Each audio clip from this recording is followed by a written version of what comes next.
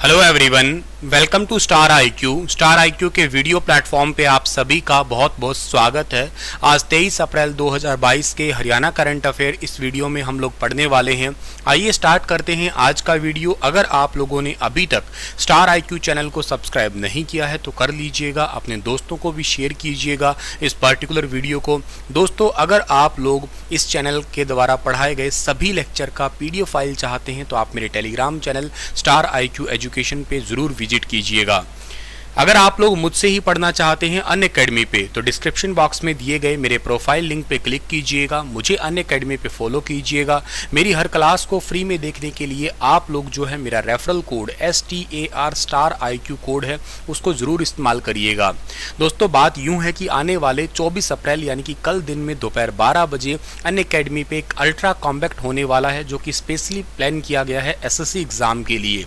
तो आप इस अल्ट्रा कॉम्बैक्ट का हिस्सा ज़रूर बनिएगा। आप लोगों को डिस्क्रिप्शन बॉक्स में इसका लिंक मैं दे रहा हूं। इस पे एनरोल करने के लिए भी आप लोग मेरा कोड यूज़ कीजिएगा, that is also star IQ। इस टेस्ट में आएगा क्या, 60 क्वेश्चनों का टेस्ट होगा, 60 मिनट में आपको ये ठीक करना होगा।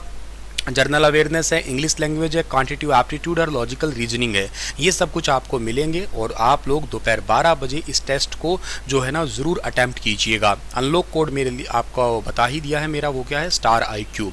अच्छा, इसके अलावा इस टेस्ट में आप लोग जब आते हैं तो आपको 100% स्कॉलरशिप अगर मिल जाती है, कब, जब अगर आपका 1 से 10 रैंक आता है तो। और इसके अलावा आप लोग 75%, 50%, 25% और 20% तक जो है ना वो ये स्कॉलरशिप जो है ना पा सकेंगे।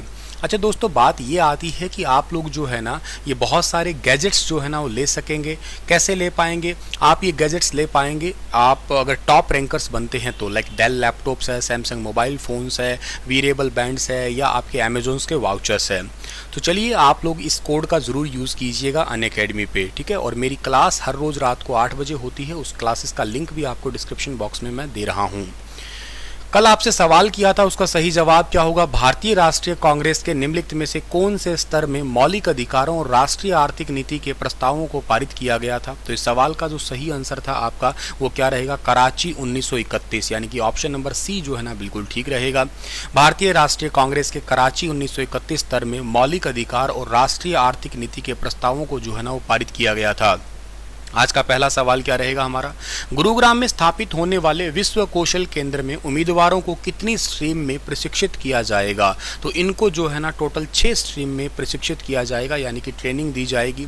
ये 6 स्ट्रीम कौन कौन सी है? पर्यटन और आतिथ्य है, उसके अलावा रिटेल है, इसके अलावा IT और इसके अलावा जो है ना आपका ITAS है, बैंकिंग है, लॉजिस्टिक है और ब्यूटी और वेलनेस है।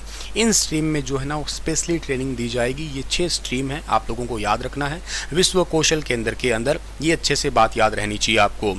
इसके अलावा आपका अगला जो सवाल है वो क्या होगा कि हाल ही में किसने हरियाणा में खिलाड़ियों के लिए खेल परिसरों में निःशुल्क खेलों की तैयारी करने की घोषणा की है? तो इस सवाल का सही आंसर रहेगा सरदार संदीप सिंह, यानी कि ऑप्शन नंबर जो डी है वो बिल्कुल ठीक रहेगा हमारा। हरियाणा सरकार खिलाड़ियों के हित में अहम निर्णय लिया है। स्टेडियम में निःशुल्क तैयारी कर सकेंगे खिलाड़ी। इसके लिए हरियाणा ओलंपिक के तहत आने वाले एसोसिएशन या फेडरेशन को राज्य या राष्ट्र स्तर के खेल आयोजित करने पर जो है ना वो नहीं करना होगा किसी भी तरीके का फीस का भुगतान। ये भी ऑफिशियली घोषणा की गई है हरियाणा के जो खेल मंत्री है सरदार संदीप सिंह जी, उनके द्वारा। अगला सवाल है कि हरियाणा में 2020-21 तक कितने टन दूध का उत्पादन हुआ है? तो हरियाणा के अंदर 2020-21 तक जो है ना टोटल 112-83.55 टन जो है ना इसका इतना दूध उत्पादन हुआ है। हालांकि ये 2012-13 तक जो है ना वो काफ़ी कम था, 7040.33 था, जो कि बढ़ के काफ़ी हद तक बढ़ गया है, आपका 11,283.55 टन हो गया है। प्रति व्यक्ति दूध उत्पादन में हरियाणा राज्य पूरे भारत में सबसे ज़्यादा है। ऑफिशियल आंकड़ों की माने तो ये आर्थिक सर्वेक्षण में तो 1142 दिखाया गया था और उसके बाद में ये बढ़ा के आंकड़ा जो है ना वो दिखाया गया था 1344 ग्राम प्रति व्यक्ति, ठीक है ना। तो ये भी पॉइंट आप लोगों को याद रहना चाहिए। अगला सवाल है कि किस यूनिवर्सिटी के प्रोफेसर CC त्रिपाठी राष्ट्रीय टेक्निक शिक्षक प्रशिक्षण और अनुसंधान संस्थान भोपाल में निदेशक के पद पे जो है ना नियुक्त हुए हैं? तो इस सवाल का सही आंसर रहेगा Kurukshetra university, option number C जो है ना इस सवाल का बिल्कुल ठीक है। कुरुक्षेत्र यूनिवर्सिटी के जो है ना संस्थान के प्रोफेसर CC त्रिपाठी राष्ट्रीय तकनीकी शिक्षक प्रशिक्षण और अनुसंधान संस्थान भोपाल में निदेशक के पद पे जो है ना इनकी नियुक्ति हुई है, जो आपको फोटो में दिखाई दे रही हैं। कुरुक्षेत्र यूनिवर्सिटी की स्थापना 1956 को हुई है। वीसी का नाम SN सचदेवा है। हरियाणा में किस जिले में सरदार पटेल के नाम से पुस्तकालय बनाया जाएगा? तो हरियाणा के अंदर सरदार पटेल के नाम से कुरुक्षेत्र के अंदर ही जो है ना एक पुस्तकालय यानी कि लाइब्रेरी खोलने का निर्णय लिया गया है। ये हरियाणा का जो बिजली निगम है ना डिपार्टमेंट, वो ऐसा करने वाला है। अच्छा, हर विधानसभा क्षेत्र में एक जो है ना लाइब्रेरी खोली जाएगी। कुरुक्षेत्र में निगम की तरफ से जो है ना वो अढोण गांव में आधुनिक सुविधाओं से सुसज्जित पुस्तकालय जो है ना वो तैयार किया जाएगा। वित्त आयुक्त और बिजली निगम के अतिरिक्त मुख्य सचिव PK दास जो है ना इसका उद्घाटन करने वाले हैं। उत्तर हरियाणा में 50, दक्षिण हरियाणा में 50 जो है ना पुस्तकालय खोलने की योजना है। सो ये भी बात आप याद रखिएगा, ठीक है। अगला सवाल हमारा क्या रहेगा? और उसके अलावा ये याद रखना, सबसे पहले जो है ना 22 अक्टूबर 2020 में पहला लाइब्रेरी बिजली निगम के द्वारा खोला गया था। 2020 के अंदर ही करनाल के अंदर जो है ना वो खोले गए थे। ये करनाल के अंदर काछवा गांव में खोला गया था सबसे पहला लाइब्रेरी। तो ये भी याद रखना आप लोग। अगला सवाल क्या होगा कि हरियाणा के किस लड़की ने एशियाई कुश्ती चैंपियनशिप में जो है ना रजत पदक जीता है? तो एशियाई कुश्ती चैंपियनशिप में रजत पदक जो जीता है ना, इनका नाम है Anshu Malik. Option number A जो है ना बिल्कुल ठीक रहेगा। भारतीय महिला रेसलर अंशु मलिक को एशियाई कुश्ती चैंपियनशिप में रजत पदक मिला है। इसके अलावा 65 किलोग्राम भार वर्ग में राधिका ने भी रजत पदक पे अपना कब्जा किया है, और जबकि मनीषा ने 62 किलोग्राम भार वर्ग में कांस्य पदक जो है ना वो जीता है। तो ये याद रखना आप लोग। अंशु ने पिछली बार अलमाटी में गोल्ड मेडल जीता था और 2020 में हुई इसी टूर्नामेंट में उन्हें कांस्य पदक पर जो है ना अपना कब्जा जमाया था।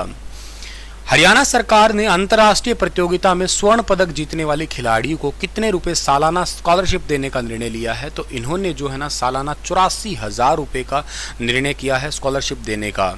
हरियाणा गवर्नमेंट ने अब सामान्य वर्ग के खिलाड़ियों को उनकी उपलब्धि के आधार पर स्कॉलरशिप जो है ना वो दी जाएगी। किसी प्रतियोगिता में पदक जीतने पर जो है ना वो खिलाड़ी को अलग से, ये बहुत इंपॉर्टेंट सी बात है कि स्कॉलरशिप राशि दी जाएगी। मतलब जो गोल्ड जीतेगा उसको 84,000, सिल्वर वाले को 72,000 और कांस्य वाले को 60,000 रुपये की स्कॉलरशिप जो है ना वो दी जाएगी। सो इसी के साथ ये लेक्चर समाप्त होता है। आपके लिए सवाल होगा कि ब्रिटिश राज के विरुद्ध आंदोलन के लिए नौजवान भारत सभा की स्थापना किसने की थी? चंद्रशेखर आज़ाद, सूर्य सेन, भगत सिंह और विनायक दामोदर सावरकर ने। बताइए विस्तार से। कल फिर हाजिर होऊंगा लेटेस्ट अपडेट के साथ। तब तक अपना ख्याल रखिएगा।